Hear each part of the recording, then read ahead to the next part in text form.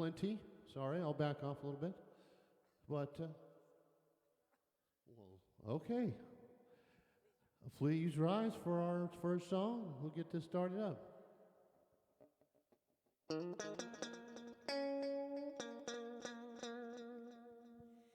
This is the day that the Lord has made. I will rejoice and be glad in it. This is the day that the Lord has made. I will rejoice and be glad in it. This is the day, a day to be seized, a day I can feel my spirit set free. Yes, this is the day. It's time to fly higher and higher up in the sky. This is the day that the Lord has made. I will rejoice and be glad in it. This is the day that the Lord has made. I will rejoice and be glad in it. This is the day all my dreams come true. Feel the Spirit working its way through. Yes, this is the day. It's time to fly higher and higher up in the sky. This is the day that the Lord has made. I will rejoice and be glad in it. This is the day that the Lord has made. I will rejoice and be glad in it.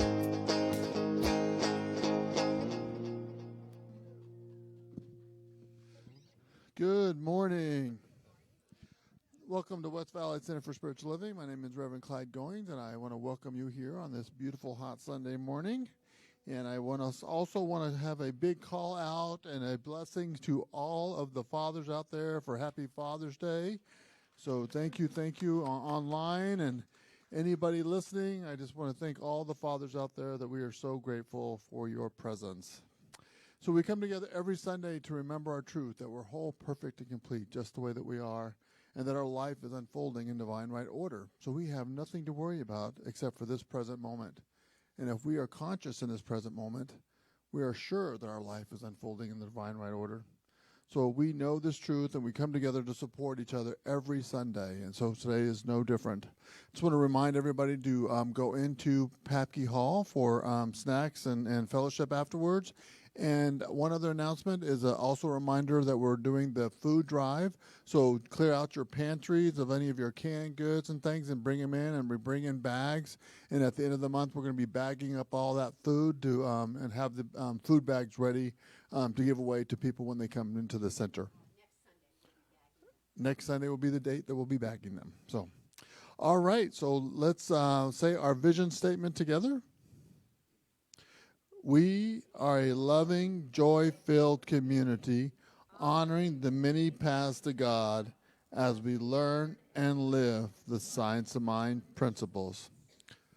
So now just sit back, relax, allow your hearts and minds to be open as the Bradfords play their beautiful music. Thank you.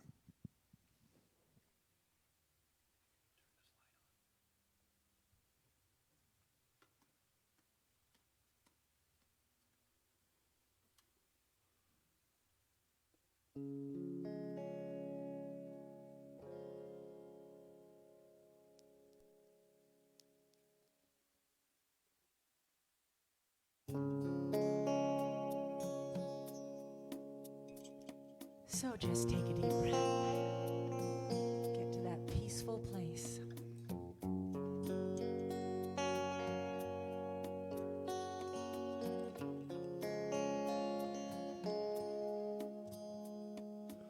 I will make a quiet place within my heart, and I will wait upon the Lord. Wait upon the Lord. Be still, my soul, be still. Be still, my soul, be still. Be still and know.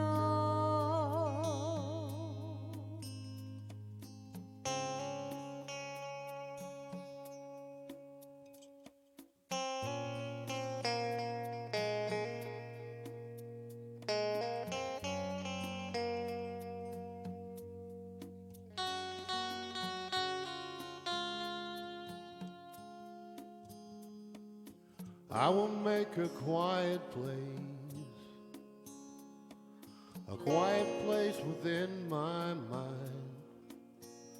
I will wait upon the Lord, wait upon the Lord. Be still, my soul, be still. Be still, my soul, be still.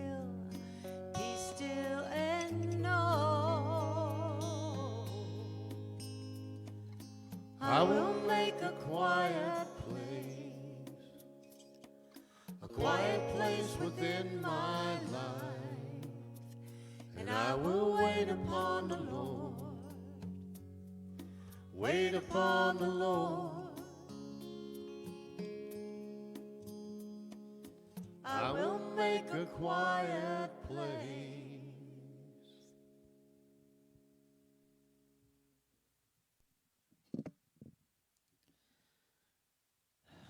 In this quiet place, there is but one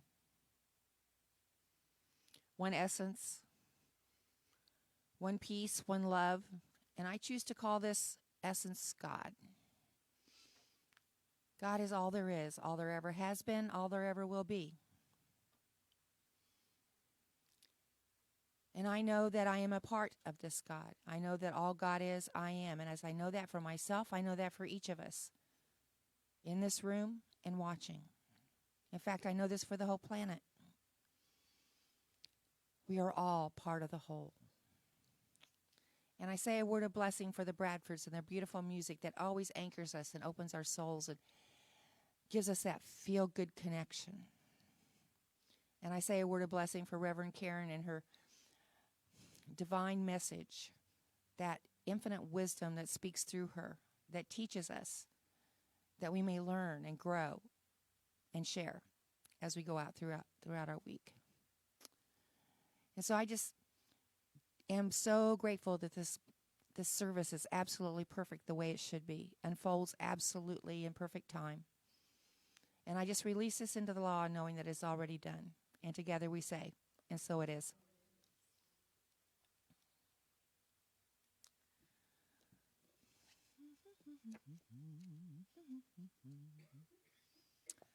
So today I'm into Emmett Fox, and I decided to talk about faith, something I've been kind of studying lately, so kind of reinforces what I've learned. Faith, verily I say unto you, if ye have faith, sad doubt not. Ye shall not only do this which is done to the fig tree, but also if ye shall say unto this mountain, be thou removed, and be thou cast out into the sea, it shall be done. Matthew 21:21. And understanding faith is the life of prayer. It is a great mistake, however, to struggle to produce a lively faith within yourself. That can only end in failure. The thing to do is to act as though you have faith.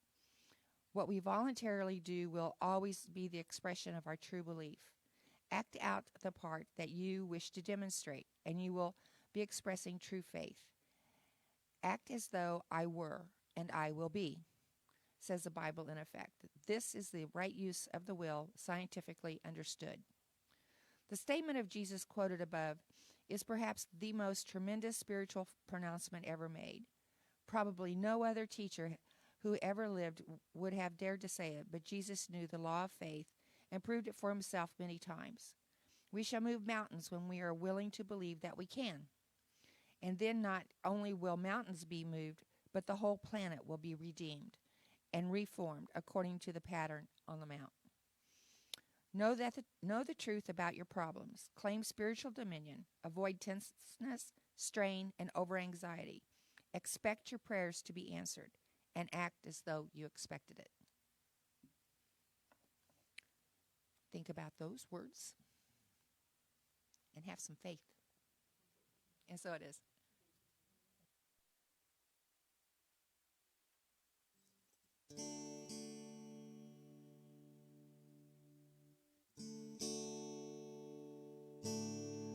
So we picked this song out. It's a song about a father's love. It's called A Love Without End. Amen.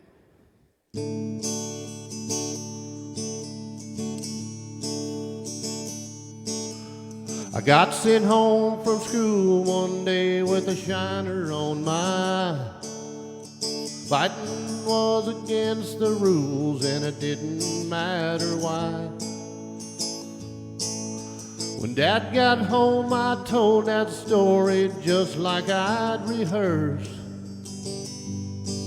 Then I stood there on those trembling knees, waiting for the worst.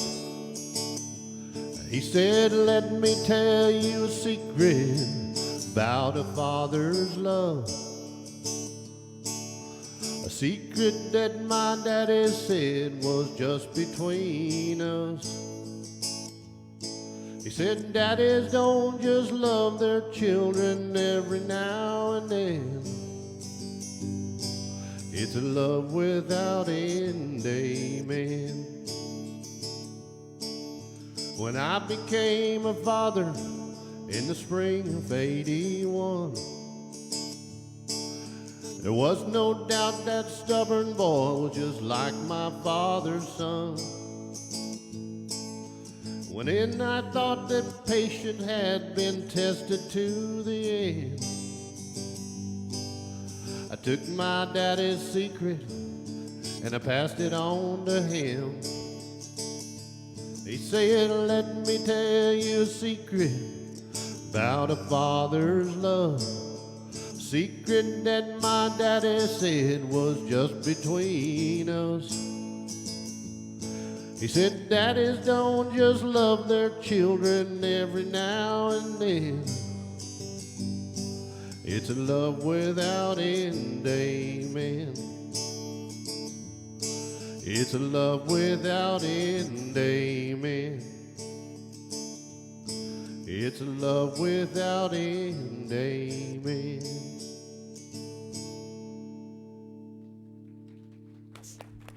Absolutely perfect. Thank you, my friend. What a lovely Father's Day treat. Thank you, Rod. And isn't it lovely that the Bradford sons came on Mother's Day and they're here again on Father's Day? Thank you for joining us. What a great gift to your mom and dad. Did they promise to take you to lunch afterwards? Well, I mean, that should be a part of your Father's Day celebration. I'm just saying. That's the way I see it. Good morning. Welcome to the West Valley Center for Spiritual Living. I'm Reverend Karen Rice, and I am the leader of this spiritual community, and I'm really happy that you are here today. There are lots of other things that are done on these holiday-type weekends, and so it's always fun to see who comes to celebrate with us in person.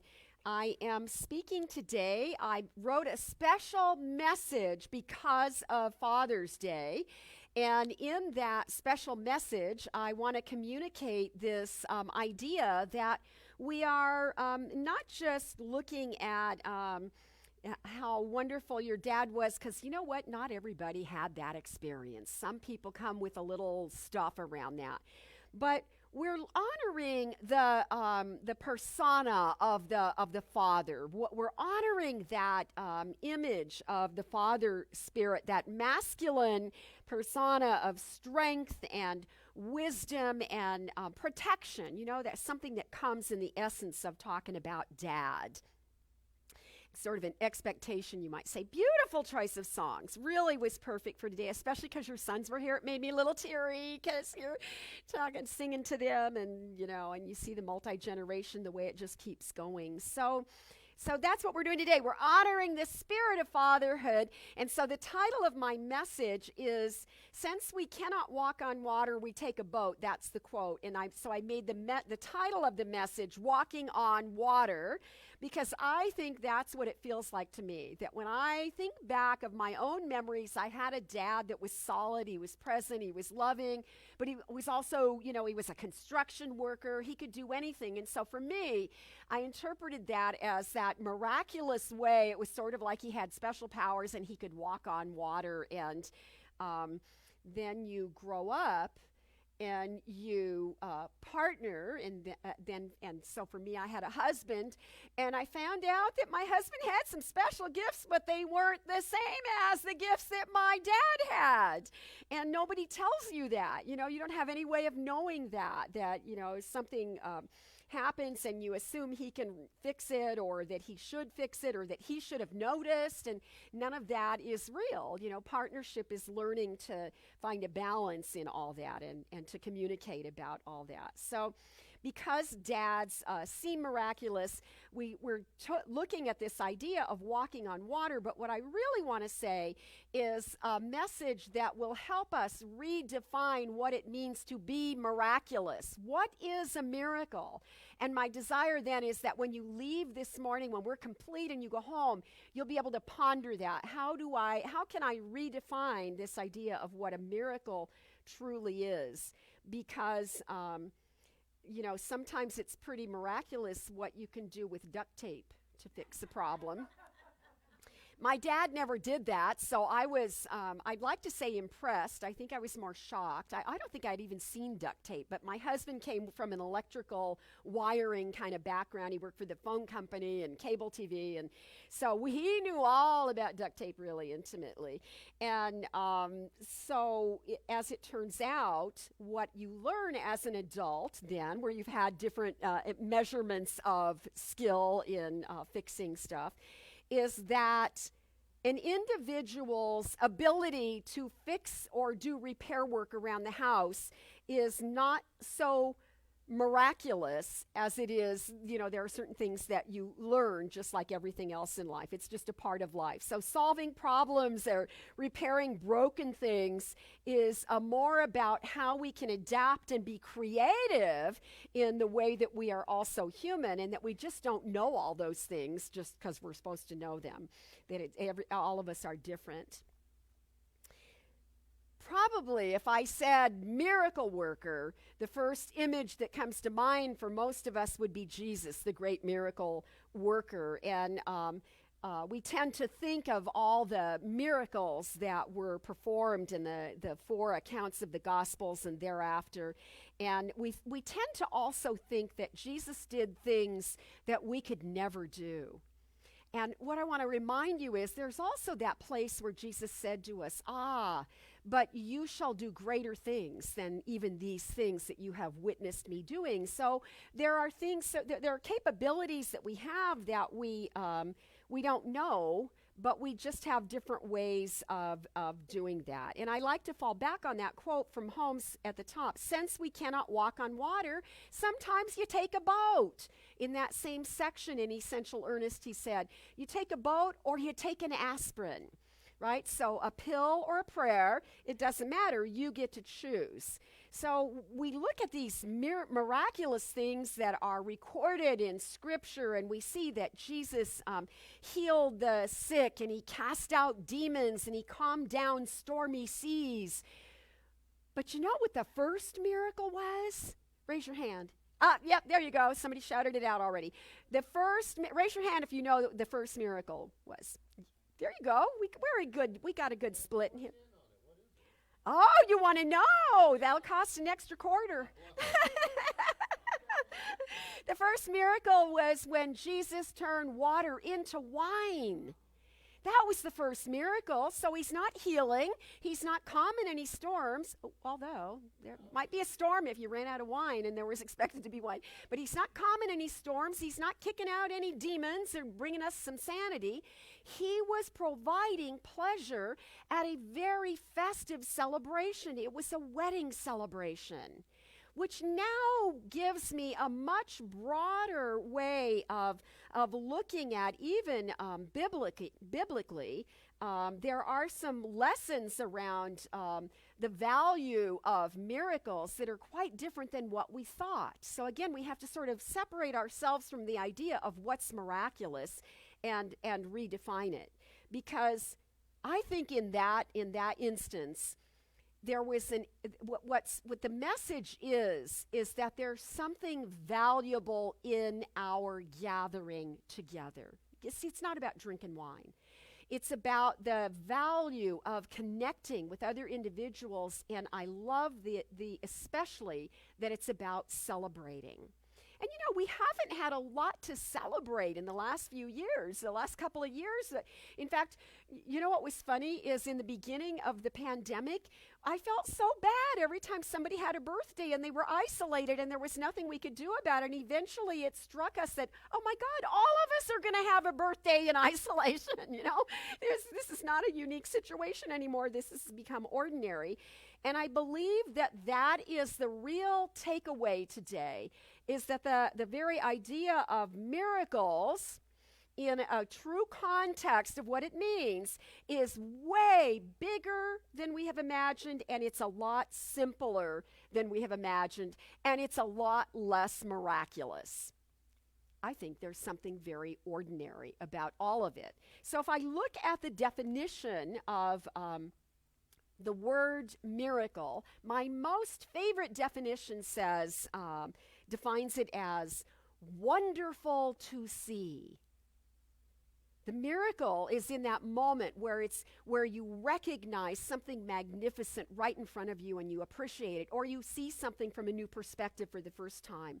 The dictionary uses words like wonder and marvel, and so there's this sense of awe, A-W-E, awe, an awe in witnessing something that's unfolding right in front of you in your very ordinary life.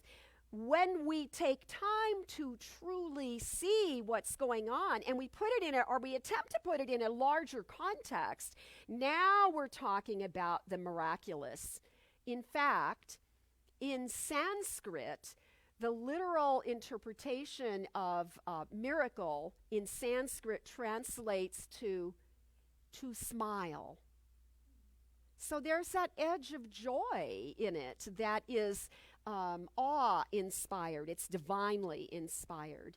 Lee Jampolsky, who you may recognize that name because his father is Gerald Jampolsky, who was pretty popular in the 1980s, 1990s. Lee Jampolsky grew up and followed in his dad's footsteps, and he wrote this quote about defining a miracle. A miracle is a shift in perception that allows a person to experience peace and joining where conflict and separation once were. Isn't that lovely? A miracle is a shift in perception that allows a person to experience peace and joining, that connecting, where conflict and separation once were. So it's about learning to see with that godly vision. It's about establishing a new way to move through our own experiences of life, and to do that then with the consequence of possibly not having so much judgment. Because when we lay aside our judgment, we do not judge by the appearance of what it looks like is going on, then we are now stepping into a bigger place where we can begin to sense the wholeness, the allness, the connectedness of each thing to every other thing, to each of us and every other one of us. So there's always something to marvel over. There's always something to marvel over. I also find it interesting to ponder this.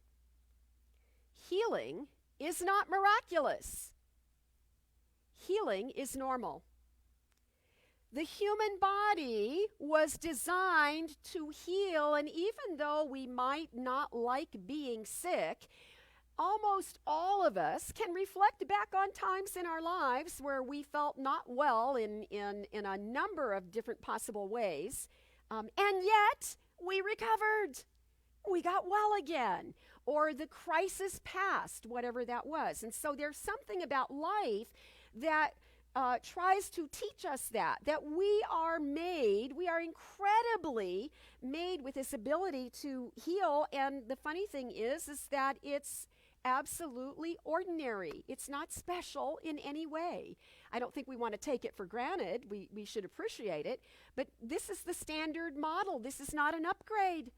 You know what you got is pretty doggone good.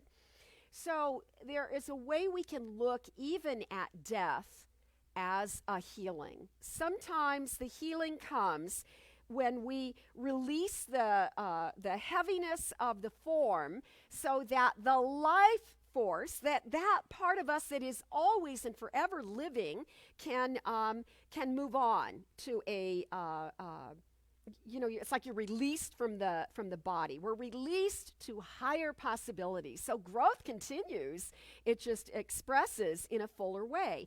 I was thinking you could say it's like getting a bird's eye view. You rise in consciousness, not when you die, always. Every time we bring in another truth, we see or recognize that whole picture in a finer way. We get a little more clear.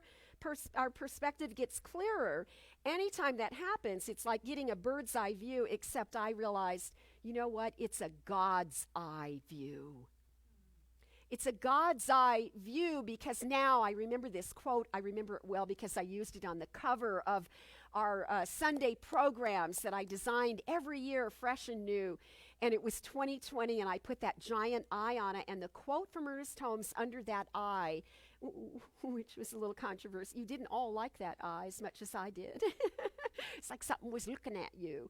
The quote from Holmes that I put under that eye said, we must learn to see as God sees, with perfect vision. And I think that's what I'm talking about today. That's what we're looking at. And I think it also is the reason that there's so much emphasis on the work that Jesus did in healing people.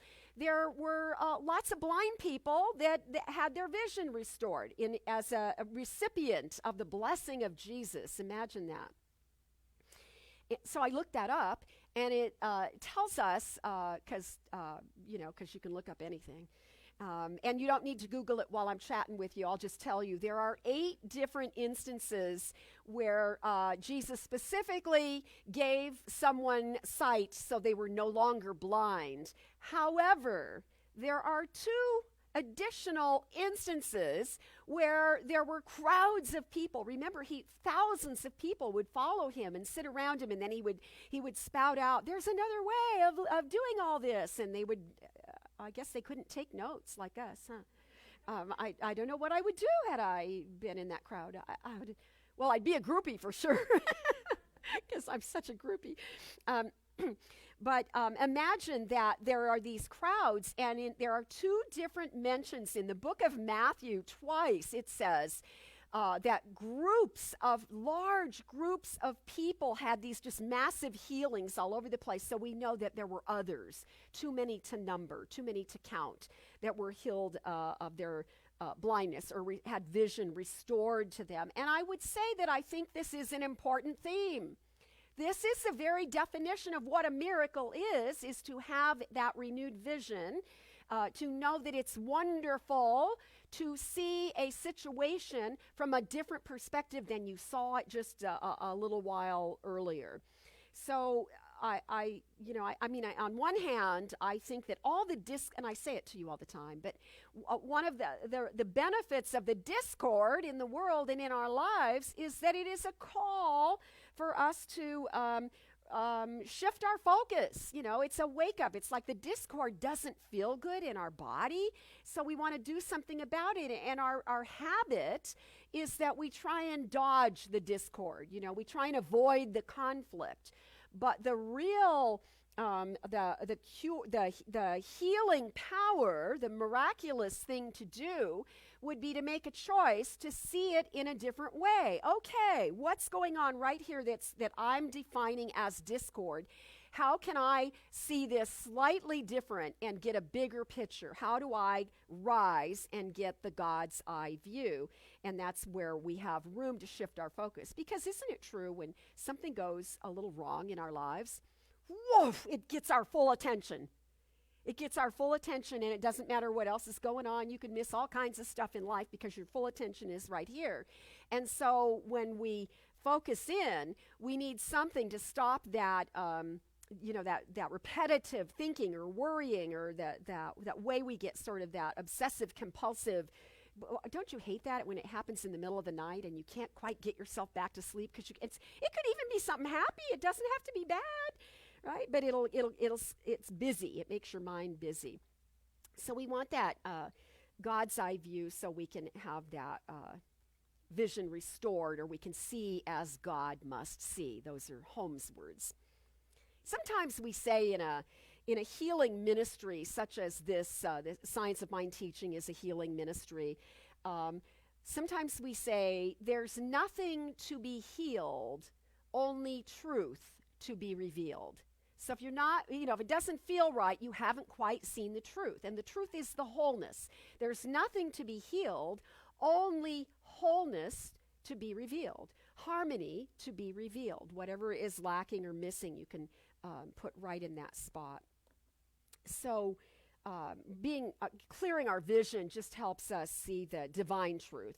And that is a revelation, because it's a revelation or a revealing of wholeness, the bigger picture.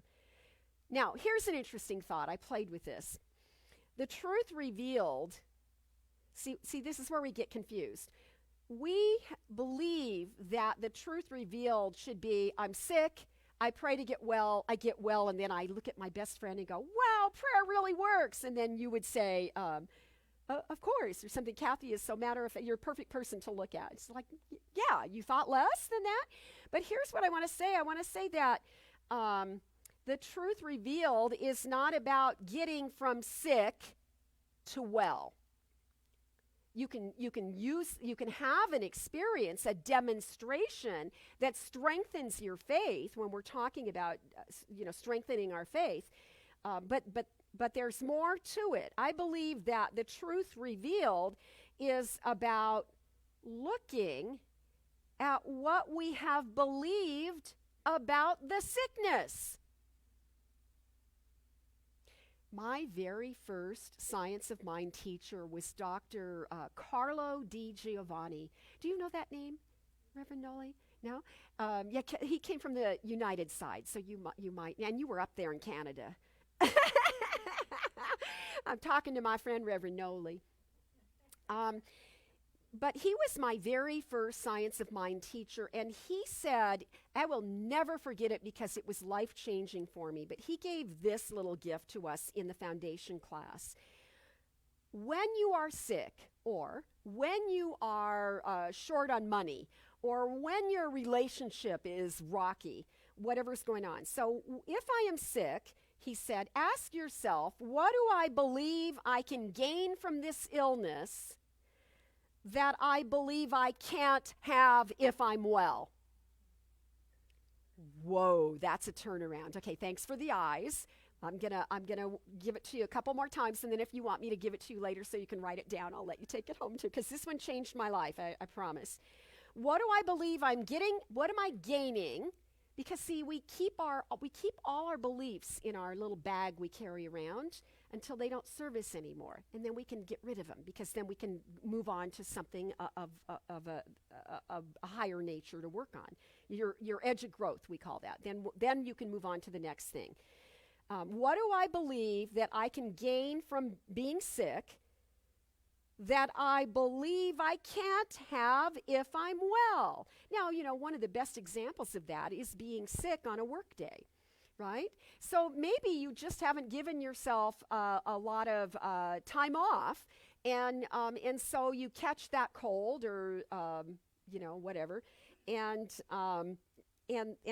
but meanwhile you get the rest that you could have had without being sick. So when we start turning that around in our mind, it's so liberating to see that sometimes the struggle in the relationship, maybe it doesn't have to be, what do I think I'm getting out of this that I can't have if we're getting along peacefully? And you will always be directed immediately to that primary cause when you look at it from that angle. It's a very different way of doing it, but sure is useful. So let me go a little step backwards then. What is, the question is, for each of you, this is your take home, where have you been blinded to truth in your own life? Where am I blinded to some bigger truth that I haven't quite been able to see yet in my own life? What area of my life would improve if I could see more clearly? Those are really good questions, right? So if I want to look at that specifically, you could say, if it's illness, if you have health issues, where have I separated myself from wellness in my own belief system? Am I believing, what is it that I'm believing about my health if I'm always sick? And how could I change that? Because sometimes it's a very minor little shift that can then bring in the light and the guidance and the whatever it is, that shift that you need to do. So what are the beliefs that you carry around about your own health? What are the beliefs you carry around about love, about relationships, just people? What do you believe about people in general? What are you carrying around about money? What are your beliefs around money? Really, we're looking at this inflation. Do you have a belief that this inflation that they keep telling us we're moving through, and it's not hard to deny it if you've been to the store lately, does it have the power to limit your joy? And I would say that for the vast majority of us, the answer to that is it's up to you whether or not it limits your joy. So, how are you dealing with all of that? What do you think about the future? These are really good questions because it always takes me right back to Albert Einstein, this brilliant, intelligent. You've heard of Albert Einstein, right? You young guys? No? No, he's shaking his head no. Uh-oh. He was a really smart man. And Albert Einstein, he also had a spiritual side that was very, very neat. He also said that he had this idea that what you believe about your place and your relationship to everything in the universe, including the experiences you move through, all the conditions in life, all of that, your belief is what determines your experience. So these are the actual words he said. The most important decision we will ever make is whether we believe in a friendly or a hostile universe. How you answer that question is a revelation of your own belief, right? And see, our beliefs are hard. They're tricky. There's two things that go wrong with your belief. First, they're sort of hidden. So we kind of don't even know what we believe on a whole bunch of topics. And the second thing is that I've lost my thought. I don't remember the second thing. The second thing is it's a double blind. It's a double blind. You don't know.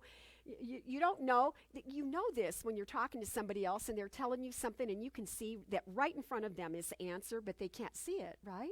So we're sort of blind to it. But more than that, we're blinded double times because we also have what we call the hidden beliefs. And the whole purpose of spirituality, especially at the level we approach it, is uncovering those hidden beliefs. Here's something I've been thinking about for a while. I have been, because of Father's Day, I have been rejoicing in my womanhood. I've been thinking so much about dads, my own dad, my Hugh, and his role as a dad, as the father of all my kids. I've been really grateful. I've been rejoicing in my womanhood because men really do have to know everything to make certain women happy. And then if you don't know, you need to fake me out. But God forbid I figure out that you don't know, then I'll probably be really hard on you. And so I just am really grateful to be a woman, especially this week. I've been thinking about it a lot. When I was probably about 17 years old, I had a high school boyfriend named John. I was told John I was going to remember his name because my high school boyfriend was John. And John was he loved to work on cars, and he was working on my 1967 Volkswagen Beetle. And you know what really struck me funny this morning is that it was probably 1968 if I was dating John. It couldn't have been. By 69, I met Hugh. So John has pulled my car on, I don't know why, but they used to always pull the car on the lawn. So he's at my mom and dad's house, and he's working on the engine. So now imagine he's in the back, and he's a 6-foot tall guy, and it's kind of the engine's all tucked in there. And he gets to an impasse. He gets to a place where he just can't get something to break loose, a bolt or a piece of equipment or something. And I remember watching him and getting really nervous. And I have no idea what I was thinking. My instinct is, should I go get my dad? Which would have been really insulting for my boyfriend, and I'm pretty young still. But I remember the reason it sticks with me is I remember thinking, oh my God, I could never do, it's not like you can just quit. Well, I guess I won't be able to finish the job. No, he has to find a way to finish the job. And so all of that it overwhelms me to think about that much pressure in life, that you'd have to figure it out. And because you can't, I'll bet you he was putting something sporty on the car because it was only a year or two old. It was a 67. It had to be 68 or early 69. You can't go to step B if you're stuck on step A. And that's how life is. So this is a really good illustration for us to look at that. And how does that show up in our lives?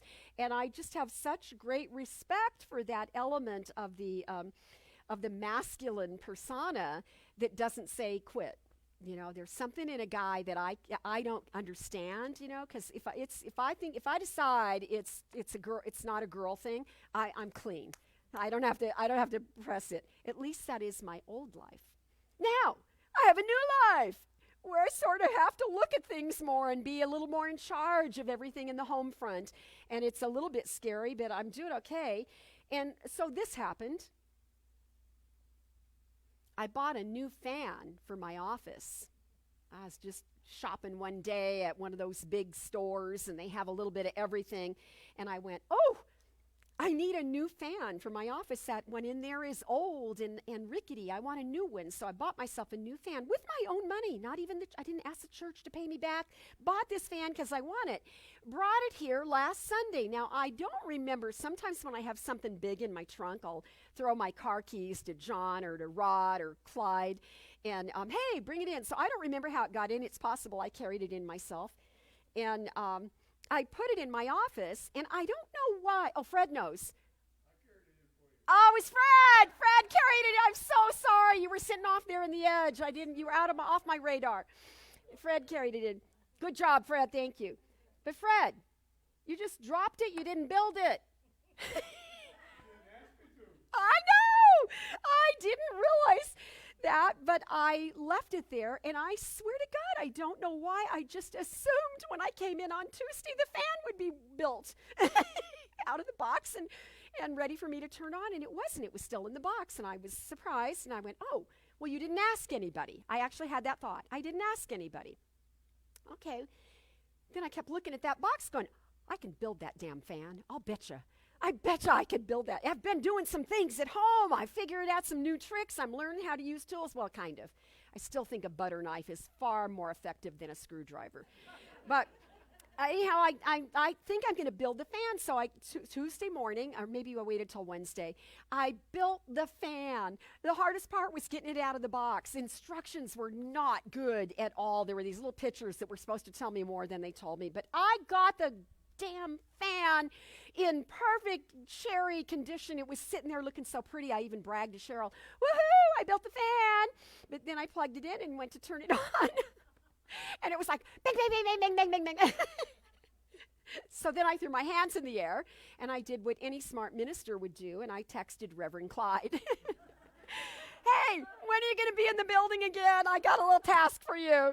And so he said, he goes, what is it? And I tell him, and he goes, I'll be there on Friday. I'm not even sure we made a date, but it turned out to be Friday. So I come in on Friday morning, and he's here, and he goes, oh, it looks like you did it. The fan looks really good. And I said, I know, but turn it on. And then he looked a little perturbed, and he said, and then I did the total woman thing. You're going to have to be really careful taking it apart because it was popped together. It's all plastic, and you can't. I don't want you to break anything because it's a brand new fan. And now I put it together, and so he's laughing, and he takes it apart, and very easily found what was making it hung up, and he fixes the fan, and then he says to me, and honestly, 5 minutes, Clyde. He said he looks at me, and I go, thank you, and he goes, don't do that again.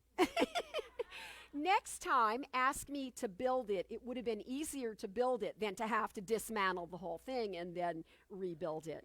So I learned 2 things that day. One is I can't do everything perfect, even though I was willing to try. And 2, ask for help, and that became a beautiful healing for me to combine those 2 things, to be proud that I tried to do it, and then to see hindsightedly I could have asked for help in the beginning. And it's so funny that you shouted that out, Fred. You didn't ask me, and that's what I'm trying to learn. That's a part of my healing. See, I've learned all kinds of new crazy skills I didn't have 6 months ago, and I thought I could build that fan. But what I learned is I don't have to walk on water. I can take a boat. Listen to how Holmes says it. This is such a good quote. There should be no objection to any form of healing for anything that helps us overcome suffering. Anything that helps us overcome suffering is good. Can you see how there was a little suffering for me? I mean, it wasn't like, oh, it was like just a little. It was like disappointment, like, oh. And it's like, there's levels. I just want to make a point that I wasn't horrible, that, it was a minor suffer. But you hear what he's saying here? We should not object to any way you get to the finished end that you desire. No form of healing should be rejected. For anything that helps us overcome suffering is good. Any method that produces results has its place in the whole. There's another way of approaching the situation or the experience or the condition or the illness or the relationship, whatever it is. A pill or a prayer, it doesn't matter. There's one of those legends about Dr. Ernest Holmes that you'll never know if it's real now. I like to believe they're all real, as long as they're good. Supposedly, someone said to him once, Dr. Holmes, why do you need reading glasses? In your textbook, in the Science of Mind textbook, you wrote an article on you can heal there's a few paragraphs on how to heal your vision. Why don't you just heal yourself? And Dr. Holmes said, I really enjoy reading, and these reading glasses make it easier. A pill or a prayer. A pill or prayer. You get to decide. There's a gorgeous quote that goes perfectly with that from the Course in Miracles that's really uplifting for me as a minister. It says, all beliefs that lead to progress should be honored. It's almost the same words in a slightly different context, a slightly different configuration. All beliefs that lead to progress should be honored. Now, as a minister, that comforts me because that means I don't have to go out and try and talk people into changing their religion or believing like I believe. I don't even need to make you believe like I believe, except I keep trying. It seems like I never give up on you. I still think you could believe like me, which then is still slightly missing the point and not seeing with whole vision, with God's vision. So, you can't change. You can't change, do we not know that? You can't change other people, even as moms of now young adults. You are knowing that more and more. But you can only be responsible for your very own progress. You can take a boat, you can get yourself on an airplane, or you can get there by foot if you want to. You get to decide how you're going to pass through this journey perfectly for yourself, because you are the miracle. You are the miracle. I think it's funny how sometimes, probably all of us, but some of us are better at it than others, we could list our life traumas on, we can talk about all the things that have gone wrong in our life, but we can't do the same for all the things that have gone well in our life. Or all the times things could have been a million times worse than what we thought was bad, but we don't think about that. It's like, and it's in our human nature to sort of miss that. But you are the miracle. Count those times, pay attention when things go well, and when you get well, be grateful for being well again. Or when your money is flowing, be grateful for that, and ask yourself, what can I do different now? How do I step forward from this experience? What have I learned? Because the reality is, everybody has tough times. All of us, nobody is free of going through tough times. And you know what? Robert Schuller made millions of dollars off a book he used. The title of the book speaks to that idea. And the title of the book was Tough Times Never Last, Tough People Do. Tough times never last, tough people do. And when I heard that in 1980, I'm going to guess 84, 85 at the most, it changed my whole life. It preceded my understanding. I was sort of in spiritual limbo at the time, so I was open. And rethinking everything I had ever believed religiously or spiritually.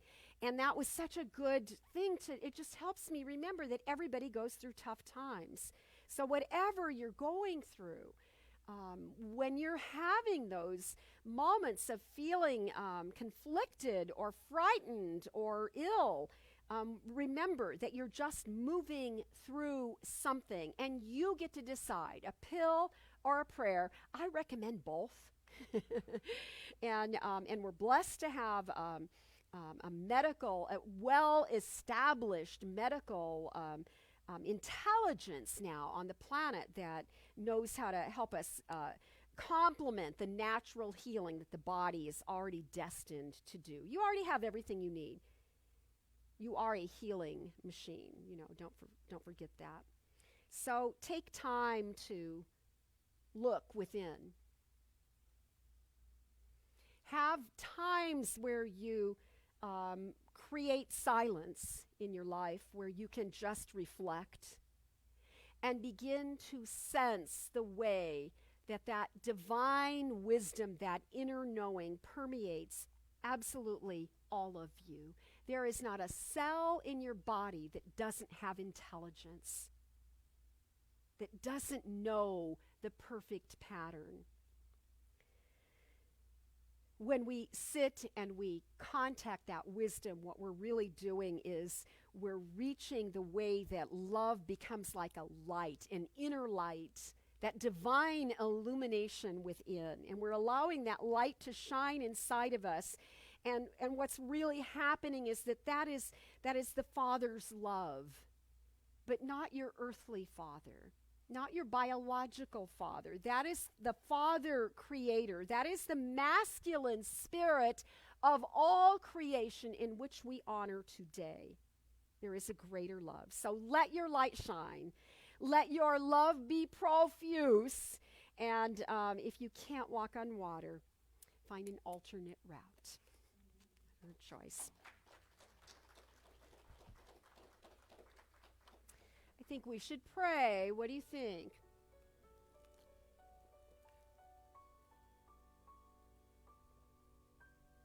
I'm going to pray anyway. I'm not hearing the music, is it? Oh, here it comes. Yeah. I'm still not hearing it.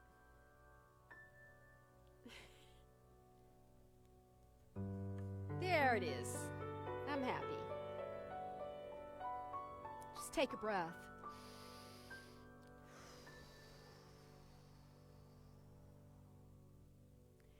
And just allow all of the words and the ideas and the wisdom that's just moving through this room right now, allow that all to settle as we pause for these powerful words of prayer. I feel the love of God within me. I feel it as though something inside of me is awakening in this very moment. Something stirring in such a lovely way. For it is life itself. It shows us yet again that there is no place where God is not. There is no place where that infinite intelligence could be lacking or missing or blocked in any way. And therefore, right now, right in this room, in this very moment, we become even more aware of the movement of love. I just envision that there's something in this room that has permeated the walls of this sanctuary for so many decades. It is indeed that love. It is truth. It is that essence of intelligence that is spoken here regularly. It is the very way that we have celebrated in this room. It is the way that we have worshiped. It is the way we have lit candles for celebrations and performed marriages. And it is the way that we gather together every Sunday. I feel that wisdom and that love and that intelligence. It is as though it is sparkened into a greater sense of reality, and yet we know that it is simply our own awareness that has been stirred and allows us to open ourselves to be vessels, to just be open, to be receptive to that healing that we desire in our very own lives. So whatever it may be that has caused us to feel less than, we allow ourselves to receive that grace of God. We just fill up on that experience of being blessed by the divine, renewed in every way, and restored in our vision so that we can see again, but that we can see from the God's eye view. I know that this way of perception, of perspective, is a divine way of viewing the world, this beautiful planet, the stars and the gorgeousness in the universe that shine in the night sky. We can see this vastness of wisdom in the way that the universe is created. And so today we decide again what it is we believe. We allow ourselves to rise to a view that gives us a broader perspective, that allows us to be open to greater responsibilities of the way we move through the experiences in our lives and in the world. So I see that these blessings are then streaming into our lives. It enhances our relationship with our finances. It enhances the exchange of community members in our center. It allows us to feel the friendship and the beauty of connection with each other in this great web of life. So I say thank you, God. Thank you, God. Thank you, life. Thank you, Infinite Spirit, for we rejoice in this renewed vision, and we stand firm in our belief that we can indeed make the world a better place simply in our choice to re-decide everything we have believed, and it is good. I release the words of this prayer into the divine law, knowing it is already done, and together we say, And so it is. Amen. Grateful, grateful, grateful for all the love that I have. I am so grateful, grateful, grateful for all the love that I have. Everywhere I look and every face I see is love reflected, shining back to me. I just give thanks for all these simple things, the joy and peace that gratitude brings. That's why I'm grateful, grateful, grateful for all the love that I have. I am so grateful, grateful, grateful for all the love that I have. All right, thank you, Bradfords. So there's a couple things I just want to share quickly about being grateful. First, Rod, thank you for singing that song for Father's Day. I, all through my life, my dad very rarely shared that he loved me, saying, I love you. Now we talk on the phone and we don't ever say goodbye without saying, I love you.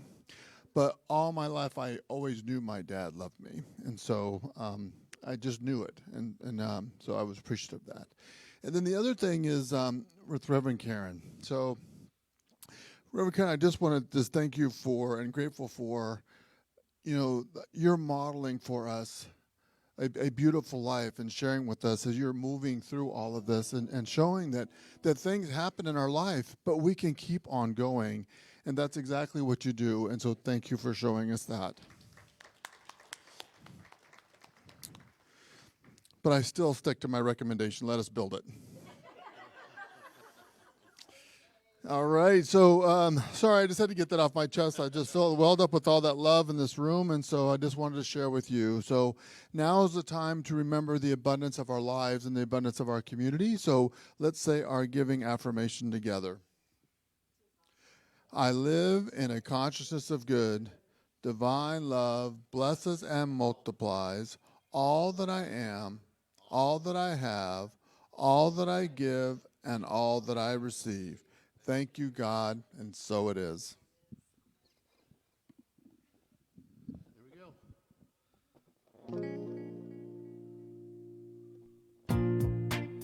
Please stand for our last song.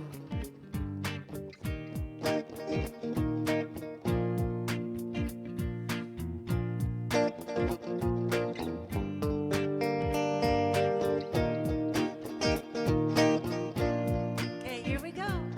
Oh, it feels so good to be alive. Now let me hear you.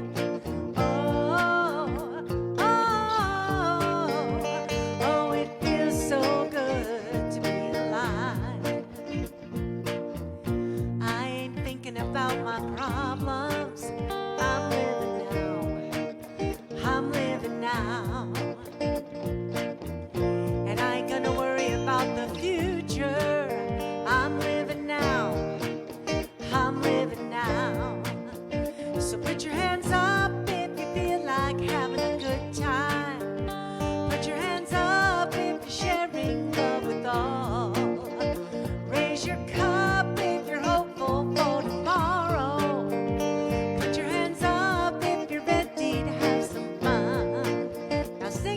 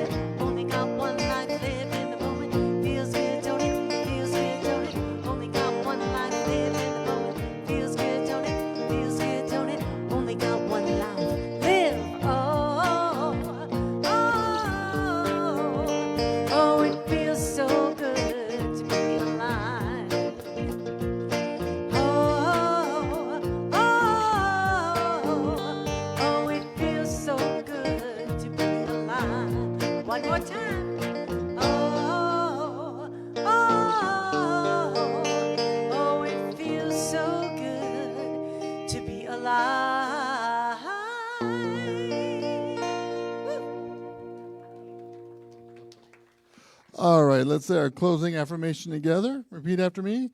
I expect miracles in my life I expect miracles in my life because I stay open to my good. because I stay open to my good. And so it is. And so it is. I think there's one more thing we need to do, though. We've got one more song. We have one more song, I think. Okay. Don't yell at me. Happy birthday to Clyde.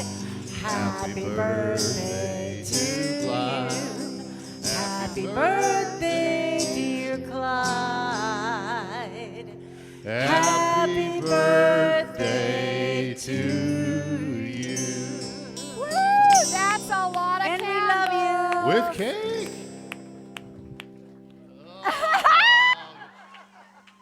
Yeah. No spittle. Happy birthday. Okay. Oh, thank you, everybody. Cake coming up. Remember, pray often, love much, and thanks for being here. See you next week.